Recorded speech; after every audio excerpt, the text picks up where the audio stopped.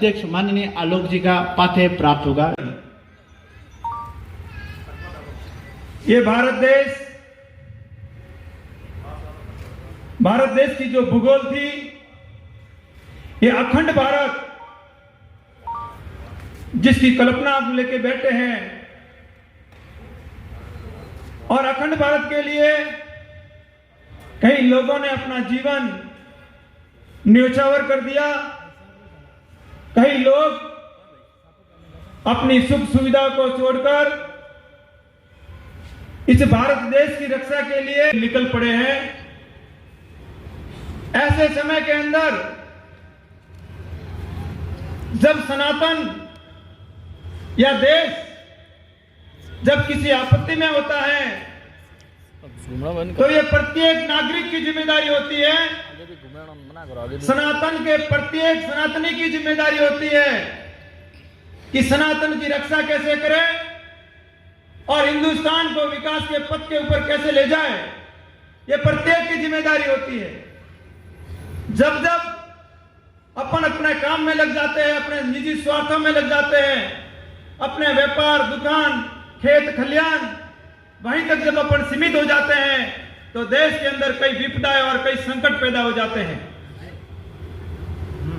इस धरती पर रावण जैसे एक क्रूर व्यक्ति का जब जन्म होता है और सनातन के ऊपर बहुत बड़े जब अत्याचार होने लगते हैं तो इस धरती पर त्रेता युग के अंदर भगवान श्री राम ने अवतार लिया और उस धरती को अपराध से मुक्त करा करके इस सनातन को जगा करके पुनः सनातन की स्थापना की।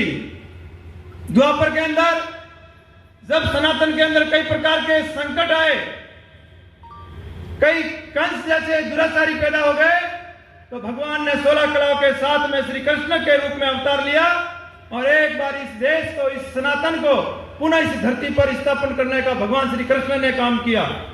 वनवास में घूम रहे जो धर्म के प्राण थे, ऐसे पांडवों को सत्ता के ऊपर स्थापित किया। यह काम जब होता है जब समाज उठ के खड़ा हो जाता है।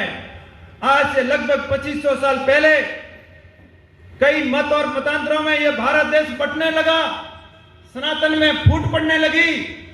तब आदि गुरु शंकराचार्य रुद्र के अवतार के रूप में भारत के अंदर अवतार लेते हैं और इस सनातन की संस्कृति को पुनः एक बार अपने ज्ञान से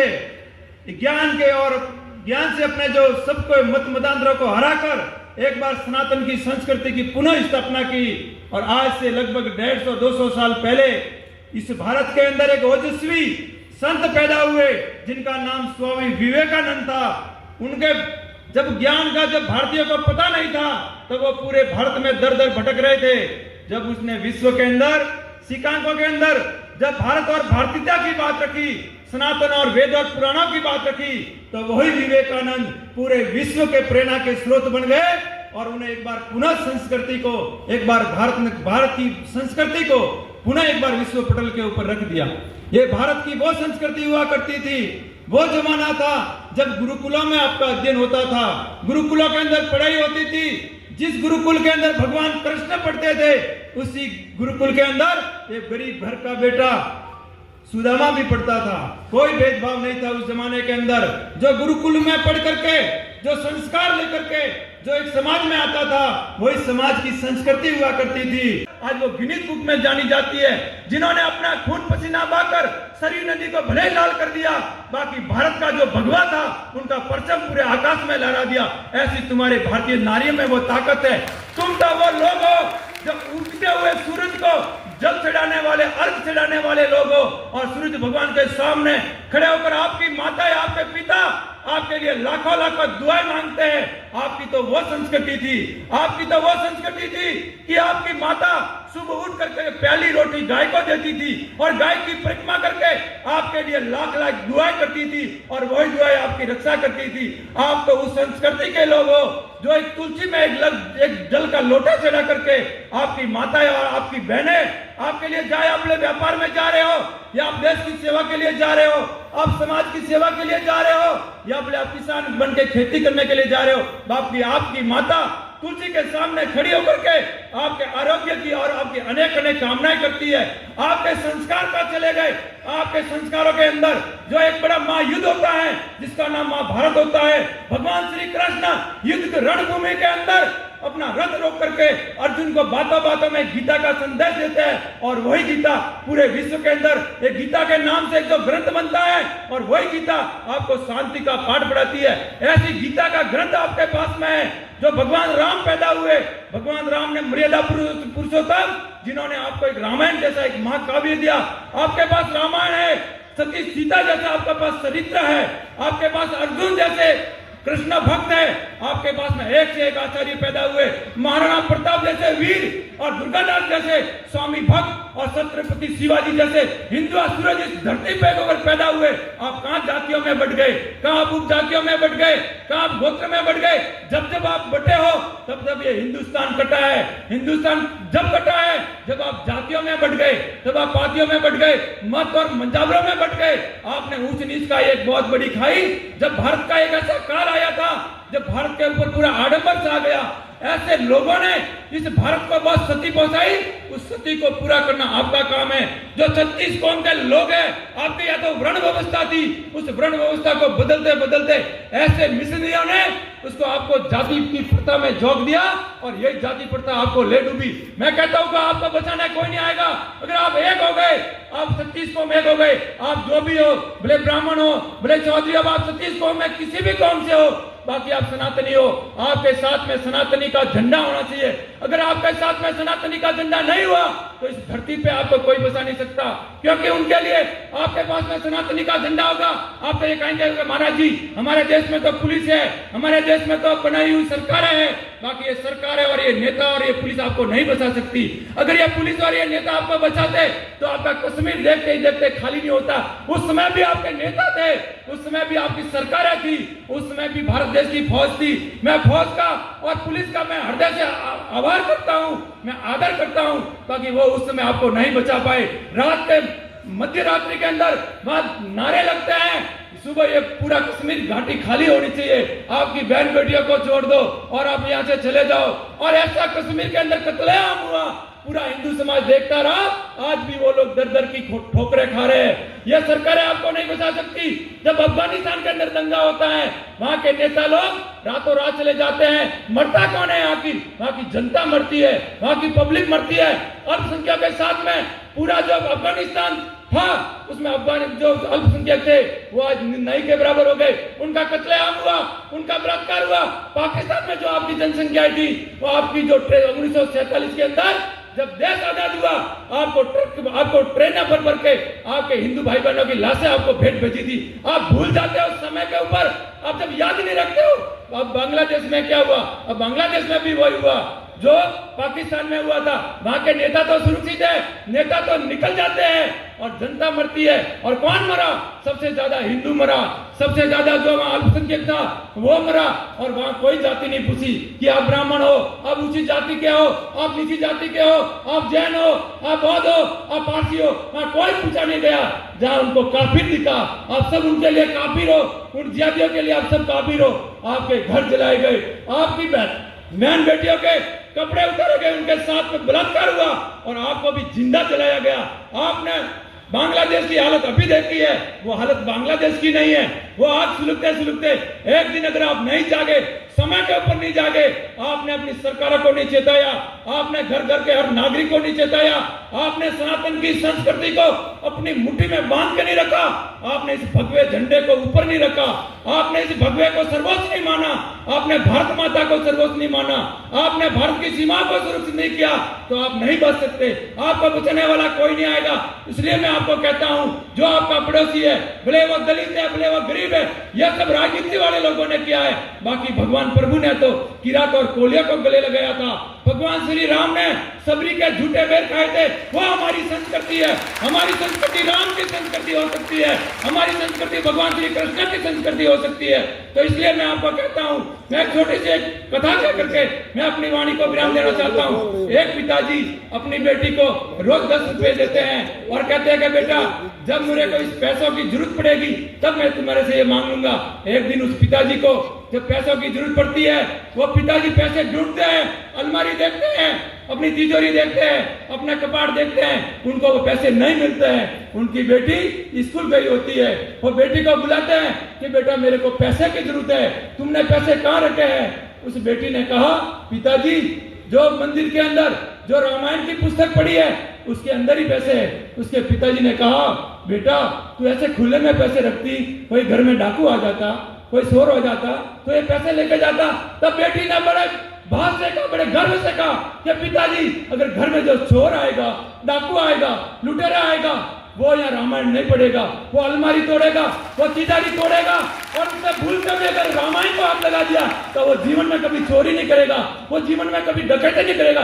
इतना रामायण के अंदर फुर्सत है, उसमें इतनी बड़ी ताकत है। तो मैं आपको ये कहना चाहता हूँ कि अपनी बेटियों को, अपने बेटों को गीता की शिक्षा दीजिए, अपने बेटों को, अपने बेटियों को अपने जो 18 जो पुराण है, 4 जो वेद है, जो रामायण है, उनकी आप शिक्षा दीजिए। अगर आपके अंदर भारतीयता की शिक्षा आ गई तो आपके अंदर जो सोया हुआ खून है वो जागेगा और आप अपने आप की रक्षा के लिए स्वयं खड़े हो जाएंगे। और मैं आपसे ये अपील करना चाहता हूँ, निवेदन करना चाहता हूँ सब संतों की तरफ से कि आपके ऊपर बहुत बड़ा षड्यंत्र हो रहा है, आपके युवा पीढ़ी को नशे के अंदर धकेला जा रहा है और कई ऐसी मिशनरियां हैं जो आपके गरीब भोले भाले वनवासी और भी आदिवासी भाई और भी बाजारों में, शहरों में, वहां जिनका धर्म का परिवर्तन होने जा रहा है। ऐसी कई मतलब विश्व के अंदर ऐसी कई ताकतें हैं जो हिंदुस्तान को तोड़ने के लिए लगी हुई है, आपके सनातन को वो तोड़ने के लिए लगी हुई है। इसलिए आप समय के ऊपर अपनी सरकारों से आप मांग कीजिए कि समान शिक्षा लागू हो और जो जनसंख्या नियंत्रण है वो लागू हो और जो बाहर से जो विदेशों से फंडिंग आती है वो बंद हो जाए और धर्मांतरण के लिए कानून बन जाए। ऐसी 4-5 जो हिंदू समाज के लिए और सनातन के लिए और हिंदू देश के लिए जो बहुत बातें जरूरी है वो अभी से अभी पहले उसको लागू कराओ तो सनातन के लिए कुछ सुरक्षा है। और आप 1000 साल ये सनातन और 1000 साल से भी आगे कैसे रहे इसकी योजना भी आपको आप आज से ही बनानी पड़ेगी। अगर आज से आपने ये योजना नहीं बनाई, आखिर आपको एक दिन लड़ना है, आपका चाहे बेटा लड़े या आपका पोता लड़े या परपोता लड़े, तो मैं ये कहता हूं कि ये समस्या आप आगे नहीं छोड़े, इसको आप खुद लड़ करके इस समस्याओं को, जिहादियों को यहीं से खत्म कर दे ताकि भारत माँ का परचम इस विश्व में लहराता रहे। जय हिंद, जय भारत। मम दीक्षा हिंदू रक्षा मम मंत्र समानता। इस पर कई दशकों से भारत देश में हिंदू समाज में हिंदू तत्व के सही मायने को रक्त में सिंचित करने का कार्य किया। ऐसे समय में जब देश और देश का हिंदू इस समूचे भारत राष्ट्र में हम सभी उस कश्मकश में लगे हुए थे कि रोटी कपड़ा मकान महत्वपूर्ण है या हमारा अपना स्थायी वजूद महत्वपूर्ण है, और इन दोनों के बीच में हमें जब चुनना पड़े कि हम किसको चुनेंगे, तब उस धारणा को हमारे मन मस्तिष्क में भरने वाला संगठन, जिसमें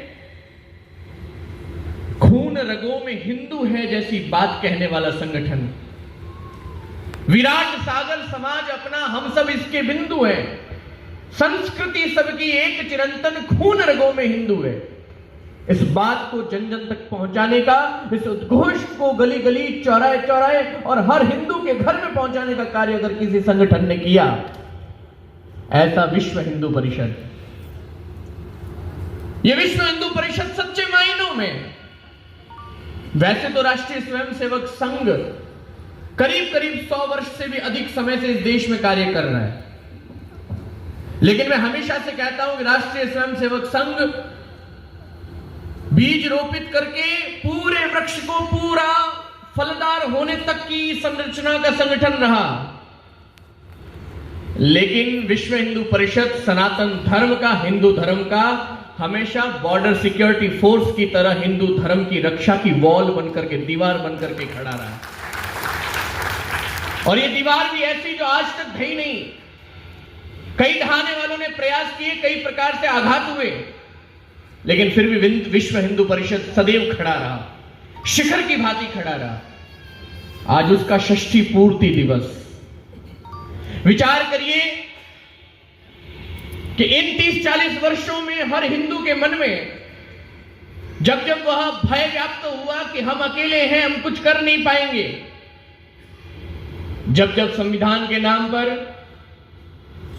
जातिवाद के नाम पर और साथ ही कई प्रकार की समाज में कुरीतियों के कारण सनातन धर्म और हिंदू समाज को ऐसा महसूस हुआ कि हम अकेले हैं, हम कुछ कर नहीं पाएंगे, जब जब यह महसूस हुआ कि हमारे में क्षमता नहीं है, अकेला चना भाड़ नहीं फोड़ सकता, लेकिन तब ऐसी समय में विश्व हिंदू परिषद एक ऐसा संगठन समाज के बीच में इस जनभावना के साथ में संचित हुआ और समाज के सामने खड़ा हुआ, जब सबको कहने के लिए, सबके अंदर ये भावना भरने के लिए, सबके अंदर इस प्रकार के विचारारोपण करने के लिए आप सबके बीच में आकर के, चाहे माननीय अशोक सिंघल जी का पूरा उनका बलिदान हो, उनका त्याग हो, उनका समर्पण हो, चाहे इस संगठन में आज तक आए जितने भी महापुरुष, चाहे इस संगठन की वो धारा हो जिसमें सभी संतों का एकीकरण करके सभी संतों को एक मंच पर लाने की बात हो। मुझे याद है आज भी जितने धर्म संसदें हुई, सभी संत जब एक मंच के लिए इस देश में तरसते थे कि ऐसा कोई स्थान हमें मिले जहां एक मंच पर बैठ करके हम अपनी बात रख पाए, चाहे शाक्त परंपरा हो, वैष्णव परंपरा हो, शैव परंपरा हो, और उसमें भी वैष्णवों में विभिन्न 52 द्वारों और द्वारों की अलग अलग परंपरा हो। इन सबको एकीकरण करने का कार्य अगर किसी संगठन ने किया तो वो था विश्व हिंदू परिषद। ये मेरी आंखों दृष्टि की बात और जो मैंने अनुभव किया वो मैं आपके सामने रख रहा हूं। वैसे ये मेरा विषय नहीं, माननीय इस मंच पर वर्तमान अंतर्राष्ट्रीय अध्यक्ष श्री आलोक कुमार जी पहुंचे और वो अपना पूरा विषय बताएंगे, लेकिन ये कहना मेरा उद्देश्य इसलिए है कि मैं बता पाऊं कि एक साधु भी जो इस संगठन से इतने वर्षों से जुड़ा है, या इस मंच पर बैठे हुए जितने संत हैं, वो सब जानते हैं कि इस संगठन की महत्ता क्या है। और ये महत्ता गिनाने के पीछे उद्देश्य भी ये है, जो उन कहने वाले लोगों को मैं उद्देश्य मेरा पूर्ण हो जाएगा जो ये कहते हैं कि अब सारे विषय पूर्ण हो गए, अब तो राम मंदिर भी बन गया, अब तो सब कुछ हो गया, अब संगठनों की आवश्यकता इतनी नहीं रही। जो ऐसा कहते हैं उनको मैं बताऊं, जब जब हिंदू सोएगा, जब जब हिंदू सुषुप्त अवस्था में पहुंचेगा, जब जब हिंदू सिर्फ मैं, मेरा परिवार और मेरा समाज तक जीवित रहेगा, तब तब विश्व हिंदू परिषद अपनी क्रिया और अपना संगठन ताकत लेकर के समाज को एक करने का कार्य करेगा। अभी 78वां स्वतंत्रता दिवस हम लोगों ने मनाया, सही मायनों में दिल पर हाथ रख करके देखना, अभी हाल ही में जो घटनाएं देश के अंदर और देश के आसपास में व्याप्त हो रही हैं, और जिस प्रकार की घटनाएं घटित हो रही हैं, आप सब लोगों को लगता है कि इस देश को 78वां स्वतंत्रता दिवस हिंदू समाज को हिंदू दृष्टि से मनाना चाहिए। इस पर प्रश्न चिन्ह खड़ा होता है। क्या 78वें स्वतंत्रता दिवस भारत के हिंदू समाज की स्थिति को हम देखते हैं, तब हिंदुओं को कितनी बातों से आजादी आज चाहिए। जब इस समरसता और सामाजिक समरसता के विषय पर महाराज जी बोले कि जातिवाद खत्म हो, जातिवाद के कारण समाज में कितनी कितनी घटनाएं हुई, ऊंच नीच के भेद के कारण कैसे कैसे विषय हम लोगों के सामने आए। हम लोगों ने यह तय करना है कि हमारे जितने संगठन हैं और जितने भी सामाजिक सरोकार के संगठन हैं, हमने जातिवाद को दूर करने के नाम पर हर जाति से एक एक दो आदमी तो ले लिए। आज थोड़ी कड़वी भी कहूंगा, थोड़ी खुली भी कहूंगा, और थोड़ी सच्चाई आपके घर में, आपके समाज में, आपकी गली में जो व्याप्त है वो कह के जाऊं। हर जाति और हर संगठन के एक एक दो व्यक्ति हमने ले लिए। विचार करके बताओ, क्या उस 2 या उस 3 परिवार के अलावा अन्य निम्न जाति और दलित जाति में जाकर के हमने कभी संपर्क साधने का प्रयास किया? हमने संगठन के नाम पर, सामाजिक सरोकारिक संगठन के नाम पर और भी अन्य संगठन के नाम पर हम सिर्फ 1 या 2 परिवार या 2, 4, 10 व्यक्ति तक पहुंचे हैं। आज भी हम बहुत पीछे हैं। आज भी जब हम निम्न जाति की बात करते हैं, दलित वर्ग की बात करते हैं, तो वहां पर जाकर के देखिए कि एक परिवार, दो परिवार, चार परिवार से अधिक पूरे संगठन से कोई नहीं जुड़ा है। न वीएचपी से जुड़ा है, न बजरंग दल से जुड़ा है, न किसी सामाजिक संगठन से जुड़ा है। हम लोगों को ये तय करना पड़ेगा कि 2024 चल रहा है, 78वां स्वतंत्रता दिवस इस देश में हम मना रहे हैं, लेकिन आज भी हम अमुक जातियों के कुछ परिवारों तक जुड़े हैं और कुछ परिवारों तक पहुंच पाए हैं। ऐसा क्यों? आज जी ने गागर में साबित होते हुए हम सबको बात कही। मैं आगे हमारे जन्माष्टमी है, भगवान का जन्मदिन है। कल विश्व हिंदू परिषद 61वें वर्ष में प्रवेश कर, और ये समय ऐसा होता है कि पिछले 60 सालों की समीक्षा करना, ये विचार करना कि हमने क्या उपलब्ध किया है, और ये भी तय करना कि आगे क्या क्या करना है। पिछले की समीक्षा, आगे का संकल्प। और जब मैं पीछे मुड़कर देखता हूं तो मुझे संतोष होता है कि जब हमने शुरू किया था उस समय देश में सांप्रदायिकता की और सेकुलरिज्म की कुछ ऐसी व्याख्या थी कि अगर कोई मुसलमान और मुसलमान धर्म उसकी बात करे तो वो सेकुलर माना जाता था। अगर कोई ईसाई धर्म की बात करे तो सेकुलर माना जाता था, और अगर कोई हिंदू की बात करे तो सांप्रदायिक माना जाता था। हिंदुओं के चिन्हों को, हिंदुओं के विश्वासों को चुन चुन करके हटाने की बात थी। ये जो बच्चों का प्राइमर होता है, जिसमें का से कबूतर पढ़ाते हैं, खा से खरगोश पढ़ाते हैं, उसमें गा से गणेश पढ़ाते थे। कुछ लोगों ने कहा कि ये तो हिंदुओं के देवता हैं।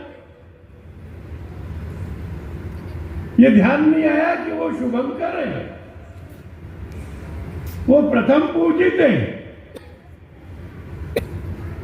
गासी गणेश को हटा दिया गया और लेकर क्या आए? आजकल क्या पढ़ाते हैं? का से कबूतर, खा से खरगोश, गा से गधा। तो ये एक ऐसी व्याख्या थी जिसमें गधा स्वीकार था और गणेश का तिरस्कार था। और मुझे संतोष होता है कि 60 वर्षों में आज के समय में सेकुलरिज्म की इस विकृत व्याख्या को स्वीकार करने के लिए कोई तैयार नहीं है। आज हिंदुत्व इस देश के सामाजिक जीवन में, इस देश के राजनीतिक जीवन में सेंटर स्टेज पर खड़ा है, और ये इस तरह से सिर चढ़ के बोल रहा है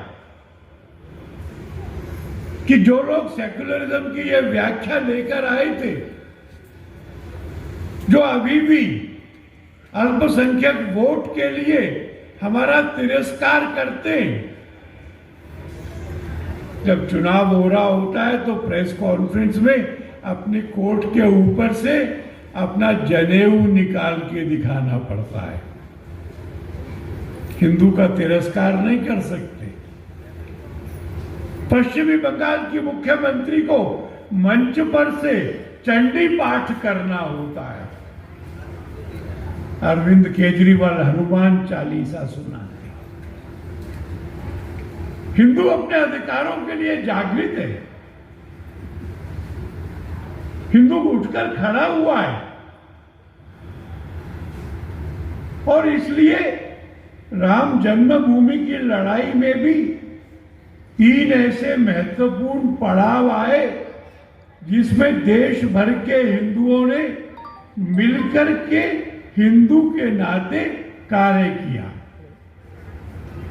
आपको ध्यान होगा, जो आप में से बुजुर्ग लोग हैं, कि जब राम जन्मभूमि मंदिर बनाने की बात चल रही थी तो हमने ये आह्वान किया था कि इसके लिए रामशिला चाहिए, माने ईंटें चाहिए, और ये ईंटें किसी भट्टे से नहीं मंगाएंगे। सब लोगों से आह्वान किया कि अपने अपने गांव से एक ईंट भेजो, तो सुमेरपुर ने भी भेजी थी। और ऐसे नहीं भेजी थी पार्सल करके, ऐसे नहीं। एक रथ बनाया था, रथ पर सिंहासन बनाया था, सिंहासन पर ईंट को विराजमान किया था। साधारण ईंट नहीं थी, भाग्यवान थी। आधा घंटा में राम जी के मंदिर में रखने के लिए जा रही थी। आधा घंटा में उसको तिलक किया, प्रसाद खिलाया, छत्र चढ़ाया, चमर डुलाया और सारे सुमेरपुर में घूमे श्री राम जय जय राम के संकीर्तन के साथ में। और फिर वो सिरोही भेजी और फिर वो जिला केंद्र में भेजी और जिला केंद्र से वो सारी ईंटें वहां अयोध्या पहुंची 3 लाख गांवों से, 3 लाख गांवों से। और ये भी हमने आपसे कहा था उस समय कि ₹1.25 दान करिए, 8 करोड़ इकट्ठा हुआ था। तो ये जो राम जन्मभूमि का मंदिर है जो अयोध्या में बना है, और जब आप दर्शन करने जाओगे तो ये जरूर याद करोगे कि आपके यहाँ की एक ईंट उसमें लगी है। ढांचा गिर गया, मुकदमा हो गया, सुप्रीम कोर्ट के 5 जजों ने एक मत होकर कहा कि यह स्थान राम जी का, राम जी को देते, मंदिर बनाओ। सारे समाज की इच्छा थी कि 500 साल की लड़ाई के बाद में यह मंदिर बन रहा है तो अद्भुत होना चाहिए, अप्रतिम होना चाहिए, विश्व में श्रेष्ठतम होना चाहिए। देश के कुछ बड़े लोग हमारे पास आए, उन्होंने कहा पैसे की चिंता मत करिए, जितना कहेंगे उतना हम देंगे। परिषद ने कहा कि आपका स्वागत है, आपसे लेंगे, पर देश में सारे समाज ने पैसा देना चाहिए। तो हम लोग आपके घर आए थे, आप सबके घर आए थे और कहा अपने राम जी के मंदिर से, अपने पुण्य कमाई में से, अपनी इच्छा से अर्पण करिए। 40 दिन का अभियान, 13.5 करोड़ परिवार, 65 करोड़ हिंदू, उन्होंने अपनी श्रद्धा से 3,300 करोड़ रुपए मंदिर के लिए दिए। जितना अच्छा बनता है बनाओ। 5 करोड़ भी दिए, एक ने 25 करोड़ भी दिए।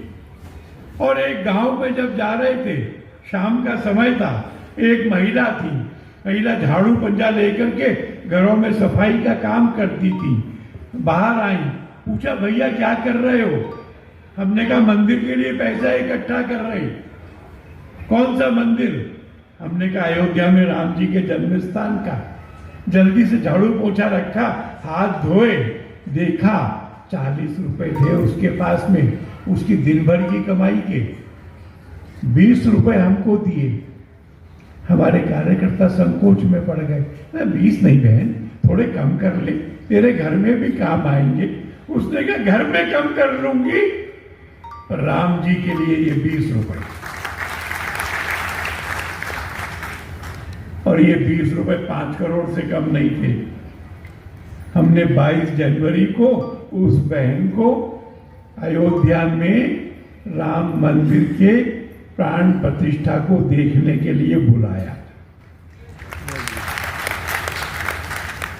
10 ऐसे लोग जिन्होंने 100-100 रुपए दिया था, पर 100-100 रुपया उनकी ताकत से ज्यादा था, उनको भी बुलाया था, मजदूरों को भी बुलाया था।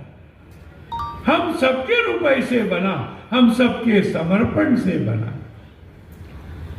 और फिर तीसरा मौका आया था प्राण प्रतिष्ठा का, पत्थर की मूर्ति में प्राण डालने का मौका। तो इस बार हमने आपके घर आए थे अयोध्या के पीले चावल लेके निमंत्रण लेने आए थे, मांगा नहीं कुछ, पर आपसे ये प्रार्थना की 500 साल बाद राम जी अपने जन्म स्थान के मंदिर में विराजेंगे, आप सबके सब लोग देखने आना।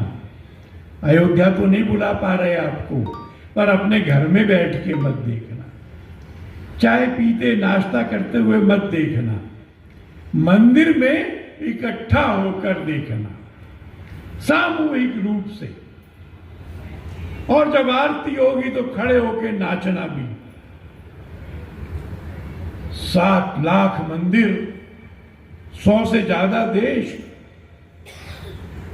और जो भारत में मुहूर्त का समय था, किसी किसी देश में तो आधी रात थी। कोई भी समय होगा, पर राम जी का मंदिर 9 करोड़ हिंदू अपने घर से बाहर आकर अपनी बस्ती के मंदिर में राम जी के प्राण प्रतिष्ठा कार्यक्रम के लिए इकट्ठा हुए। श्री राम जय जय राम का गायन हुआ, प्राण प्रतिष्ठा का समय आया। अकेले प्रधानमंत्री ने नहीं, 9 करोड़ लोगों ने अपनी श्रद्धा उड़ेली, तो उस मूर्ति में प्राण आ गए। जिन्होंने बनाई थी वो मूर्ति, वो देखने गए, भौचक्के हो गए, रोने लगे, कहने लगे मैंने तो नहीं बनाई है, मैंने जो बनाई थी वो इसके सामने बहुत साधारण थी, इसमें तो प्राण है। अब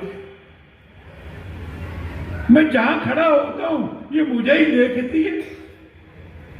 और आप भी जब जाएंगे, सामने खड़े होइए, थोड़ा दाएं होइए, थोड़ा बाएं होइए, जहां जहां भी आप खड़े होंगे आप देखेंगे कि राम जी आपको देख रहे हैं।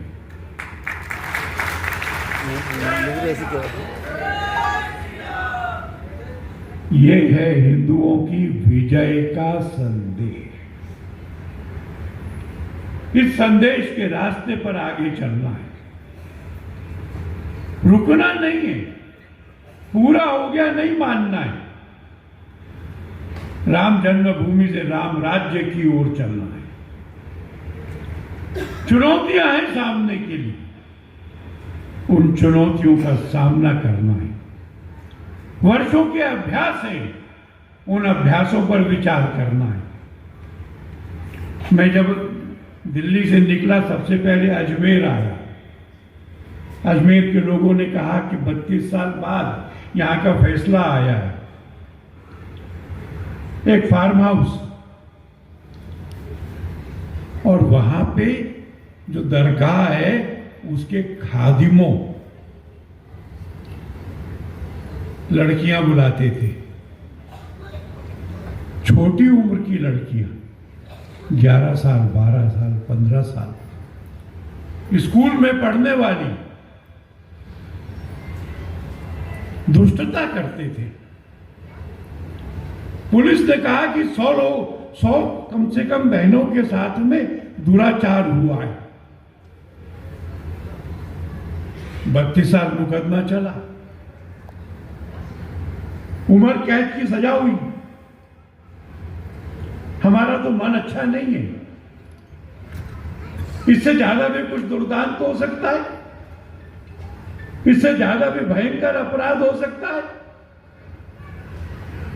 संतोष तो तब होता जब उनको फांसी होती,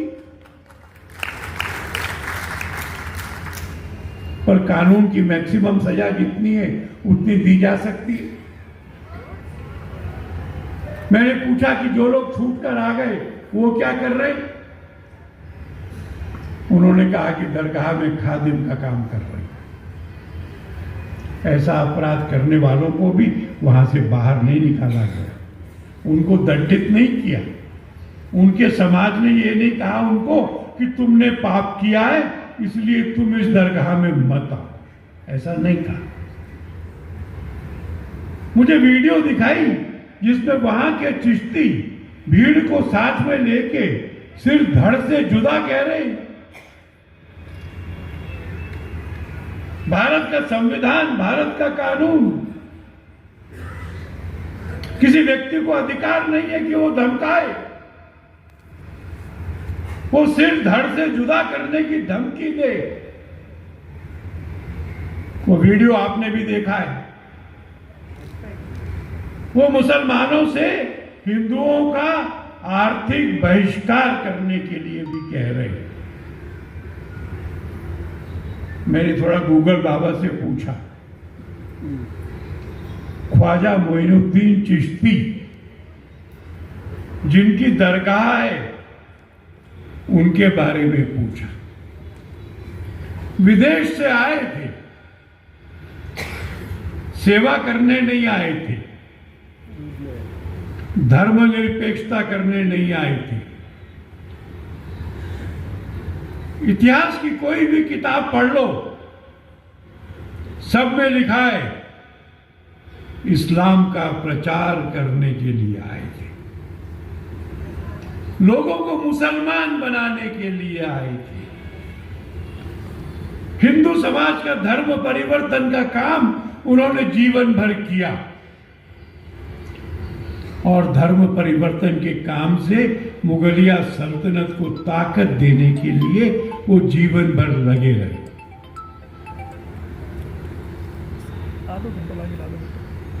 क्या आपके मेरे मन में ये सवाल नहीं आना चाहिए कि उस दरगाह पर हम लोग क्यों जाएं? फिर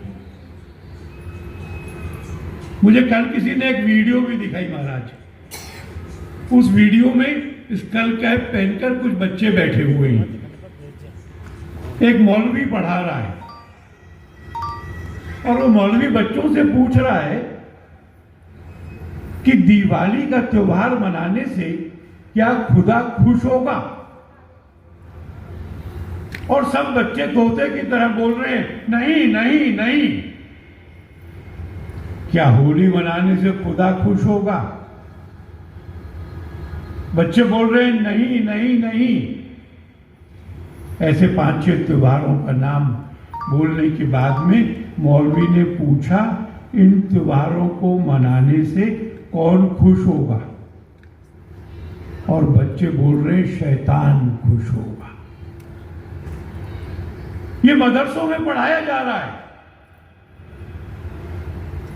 क्या सब धर्म एक ही भगवान की ओर जाते? तो ये प्रश्न का विचार करना होगा भाई। अजमेर की दरगाह के बारे में हिंदुओं को भी सोचना पड़ेगा। आज मेरा मन बहुत अच्छा नहीं था। मैं सवेरे सवेरे देवराज मोची के घर गया था 8 बजे। मुझे उसकी मां ने एक चित्र दिया उसका, दशहरे पे राम बना हुआ था वो बच्चों को लेकर शिव जी को जल चढ़ाने जाता था। वो स्कूल के मंदिर में पूजा करता था। वो सवेरे की प्रार्थना में प्रार्थना बुलवाता था। झगड़ा हो गया, हत्या हो गई।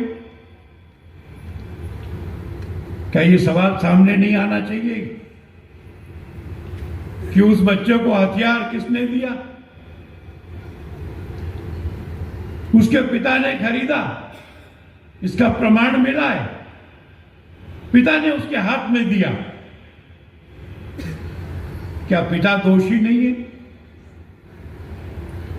उसको हथियार चलाना किसने सिखाया? कहां चाकू का वार करने से नुकसान होगा और चाकू का वार करने के बाद घुमाने से क्या होगा? यह प्रशिक्षण दिया गया। क्या यह अपराध नहीं है?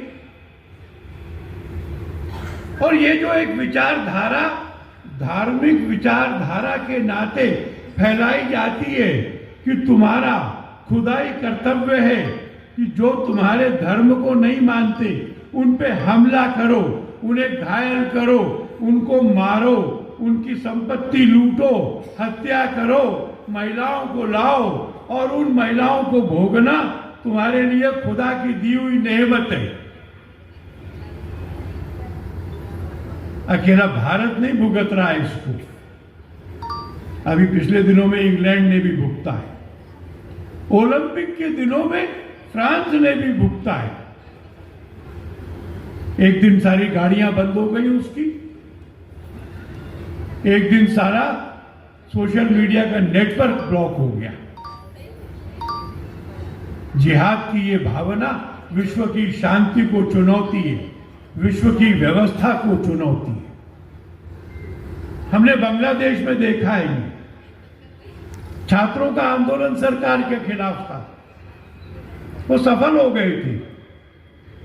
सरकार के प्रधानमंत्री को बांग्लादेश छोड़ के आना पड़ा,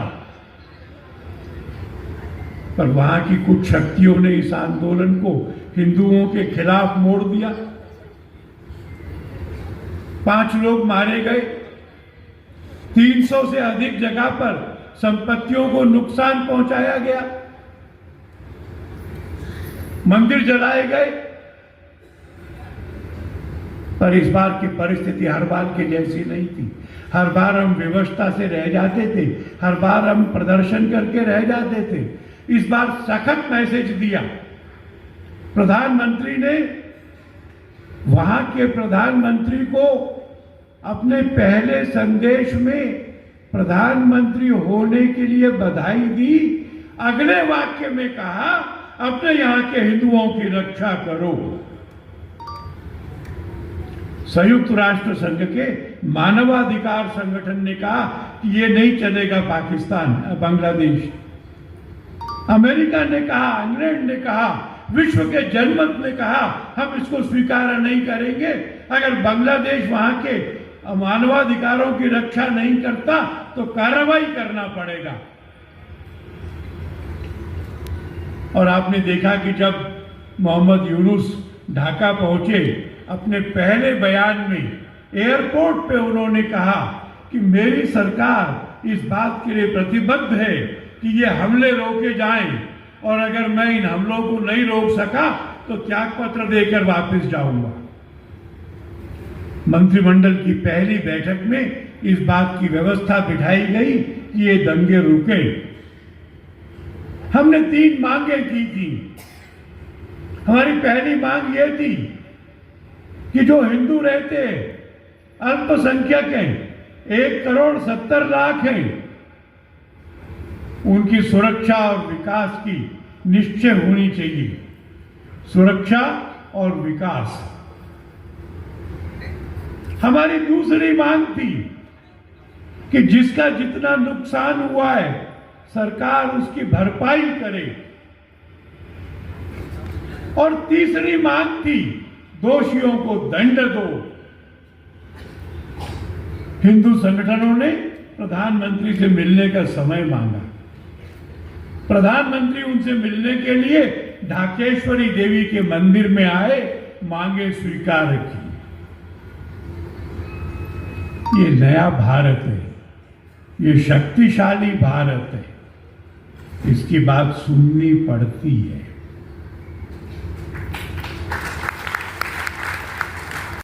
उनके उत्कर्ष और विकास में लगाएंगे। इसी संकल्प को दोहराते हुए आज विश्व हिंदू परिषद सुमेरपुर प्रखंड का एक कार्यक्रम हिंदू शक्ति संगम आयोजित हुआ है, जिसमें हमें आदरणीय केंद्रीय अध्यक्ष माननीय आलोक जी का पाथे